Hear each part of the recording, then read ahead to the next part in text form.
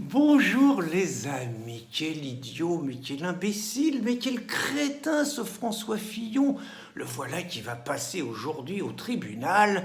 Un spectacle a ouvert à toute la presse et tout, ça va être le lynchage pendant plusieurs jours. Il risque jusqu'à 10 ans de prison. Les députés lui réclament 1 million d'euros de dommages et intérêts et il va se prendre de lourdes amendes. Quel idiot, mais quel idiot! Pourquoi a-t-il gagné la primaire organisée par LR? Je ne vais pas vous dire que les primaires, c'est une connerie, que ça aurait jamais dû voir le jour et que c'est normalement les militants qui doivent voter pour. On est devenu un truc à l'américaine, c'est donc les Français qui votent. Mais surtout, tout avait été décidé. Le président de la République qui devait succéder à François Hollande, incapable de se présenter à cause de son bilan catastrophique, c'était celui que nous appelions Ali Juppé à cause de sa connivence avec Tarek Obru et des yeux de chimène qu'il avait pour la religion d'amour, de tolérance et de paix. Tous les sondages nous l'annonçaient, le président de la République dont rêvaient les Français, c'était Ali Juppé.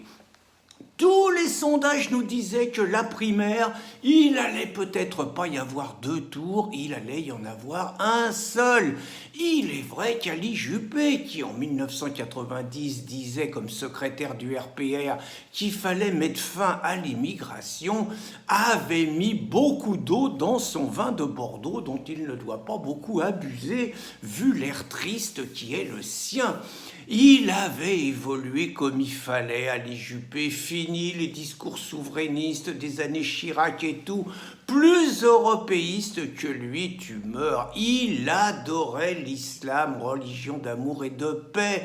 Il était pour la mondialisation heureuse. Il était pour l'identité multiculturelle. Bref, il avait un discours centriste, européiste, mondialiste, qui convenait tout à fait aux élites mondialisées. Ça avait été Sarkozy, ça avait été Hollande, un coup la droite, un coup la gauche. Il fallait qu'Ali Juppé y revienne. Et puis François Fillon, il a foutu le bordel.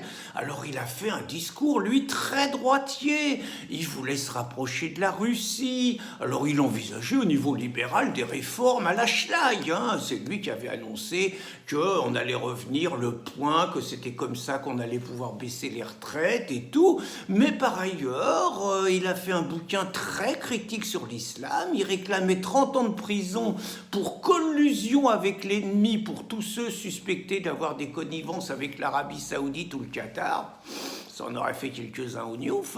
Donc il avait un programme qui a plu, il a tenu un discours de droite par un homme de droite finalement, et ça a plu aux électeurs qui l'ont plébiscité massivement, une gamelle 70-30, l'humiliation pour Ali Juppé. Sauf que ça a été, quand je disais quel crétin, ça a été la connerie de sa vie. C'était pas lui qui était prévu. Les mondialistes, ils avaient un plan A, c'était Ali Juppé, mais ils avaient un plan B, c'était le jeune Macron.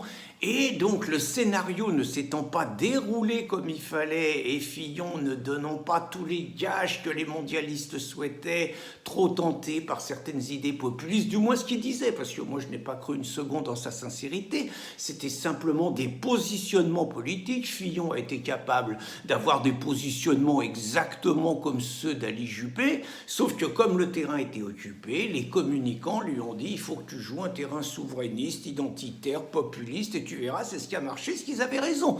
Bon, donc Fillon, normalement, c'était lui qui se retrouvait à l'Élysée, il avait gagné la primaire, les socialos étaient discrédités, ça devait bien se passer. Sauf que, erreur d'avoir gagné, le parquet financier nommé par Hollande a commencé à investiguer sur sa femme Pénélope, attachée parlementaire, soi-disant emploi fictif. Alors un boulot franchement rondement mené.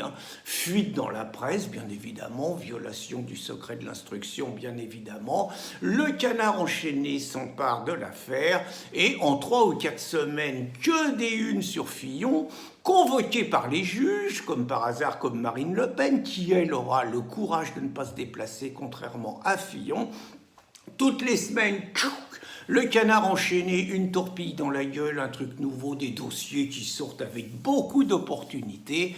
Et celui qui devait se retrouver président de la République n'a même pas été au 2e tour parce que dans le même temps, toutes les unes des hebdomadaires, des quotidiens et tout, il y en avait que pour Choupinet, qu'on appelait encore Emmanuel Macron à l'époque, et Brigitte. Emmanuel, il allait nous sortir de cette vieille politique de la droite et de la gauche, c'était fini, de l'absence de réforme, il était jeune, il était sémillant, il nous fallait autre chose que ce Fillon. Et il faut reconnaître que l'affaire a été magistralement menée, puisqu'au soir du premier tour, c'était parfait. Il y avait Emmanuel Macron et il y avait Marine Le Pen. Il y avait Fillon 3e et Mélenchon qui avait rêvé d'être président de la République 4e. Et donc, 2 ans et demi plus tard, bon, Fillon s'est naturellement défendu lamentablement. N'est pas Trump qui veut. Trump, il leur aurait fait un bras, il aurait assumé et il aurait menacé d'allumer les autres en sortant les dossiers. Fillon a montré qu'il n'avait pas l'envergure d'être un président de la République. Ce couillon n'a pas arrêté de demander pardon, n'a pas arrêté de dire qu'il allait rendre l'argent. On a sorti des histoires de costumes où par ailleurs c'est un petit garçon à côté de Jack Lang, il a dit qu'il allait rendre les costumes. Bref, les Français ont besoin d'un chef, d'un mec qui s'impose et il a montré que c'était une couille molle, quoi, rien d'autre. Donc, en dehors du fait qu'il n'avait certainement pas l'envergure d'être président de la République, s'il avait eu l'élégance de perdre la primaire comme c'était prévu, il ne serait pas devant les tribunaux aujourd'hui. Par ailleurs, moi qui ne doute absolument pas de l'impartialité de la justice et qui ai une confiance aveugle et totale dans la justice de mon pays, j'ai la confirmation que tous les gens de gauche sont honnêtes, puisque malgré quelques suspicions de malversation qui touchent des centaines d'élus majoritairement socialistes, mais pas seulement, je constate qu'il n'y a que Balkany qui s'est retrouvé en prison et qu'il n'y a que Fillon qui a droit à un spectacle, à un procès grand spectacle. Et j'en conclus donc, ne doutons pas de l'impartialité de la justice, qu'il n'y a qu'à droite qu'il y a des malhonnêtes. Pas de chance Fillon, bonne journée les amis.